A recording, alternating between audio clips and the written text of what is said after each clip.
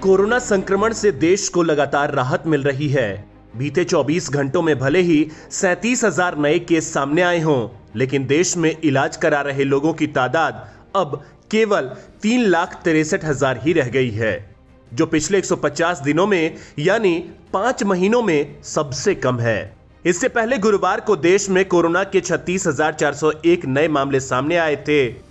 फिलहाल देश में कोरोना रिकवरी रेट भी तेजी से बढ़ते हुए अब 97.54% हो गया है।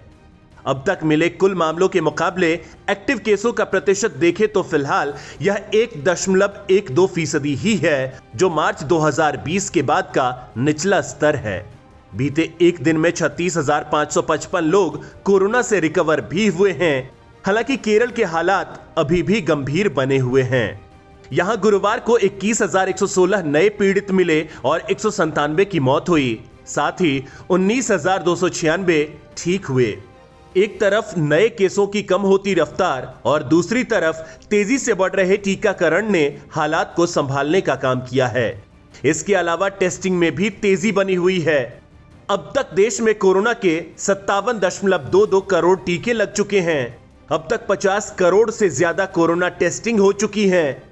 देश में कोरोना की तीसरी लहर सितंबर या अगस्त के आखिरी सप्ताह में आने की आशंका जताई जा रही थी, लेकिन टीकाकरण में तेजी और नए केसों में कमी ने राहत के संकेत दिए हैं।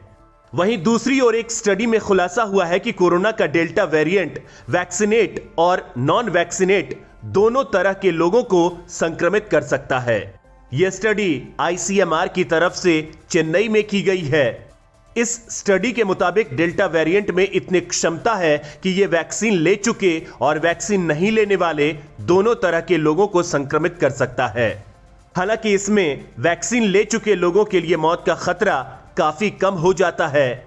इससे पहले national centre for disease control director doctor SK Singh ने कोरोना के डेल्टा वेरिएंट के प्रभाव और वेरिएंट्स ऑफ कंसर्न को लेकर 2 तरह के सर्विलांस बताए थे। उन्होंने कहा था, हम 2 तरह की निगरानी कर रहे थे। पहला, डेल्टा वेरिएंट के प्रभाव को लेकर निगरानी। दूसरा, बाहर से आने वाले लोगों पर विशेष ध्यान दिया जा रहा है। स्वास्थ्य अधिकारियों के अनुसार देश में केरल, महाराष्ट्र और Madhya Pradesh delta plus state की श्रेणी में आते हैं। इन तीनों राज्यों से झारखंड आने वाले 100% यात्रियों की कोरोना जांच की जाएगी। इसके लिए रेलवे के DRM को जल्द पत्र भेजा जाएगा। तीनों राज्यों से आने वाली ट्रेनों के यात्रियों का ब्यौरा मांगा जाएगा। तीनों राज्यों से आने वाली ट्रेनों के झारखंड के जिन स्टेशनों पर ठहराव है, वहां उतरने वाले यात्रियों का ब्यौरा लेकर उनकी जांच की जाएगी। कोरोना संक्रमण के दैनिक मामलों में उतार चढ़ाव जारी है। रिकवरी रेट के साथ ही प्रतिदिन केस भी कम हो गए हैं। पहले की तुलना में वर्तमान स्थिति को सुखद कह सकते हैं, लेकिन ऐसी स्थिति में नाक से दी जाने वाली वैक्सीन कोरोना को रोकने में गेम चेंजर साबित हो सकती है। हालांकि एक्सपर्ट बता रहे हैं कि नेजल वैक्सीन आने में अभी समय लग सकता है। लिहाजा देश में अभी जो भी वैक्सीन उपलब्ध है और वैक्सीनेशन सेंटर पर मिल रही है, उसे लगवाना ठीक रहेगा। हालांकि इस बीच कोरोना वैक्सीन के दोनों टीकों को लेने के बाद बूस्टर डोज लगाने की जरूरत को महसूस किया जा रहा है। सीरम इंस्टीट्यूट ऑफ इंडिया के साइरस पूनावाला के बाद नेशनल इंस्टीट्यूट ऑफ वायरोलॉजी तक ने भी आने वाले समय में इसकी जरूरत को महसूस किया है। हालांकि WHO ने इसे लेकर थोड़ी अलग राय रखी है।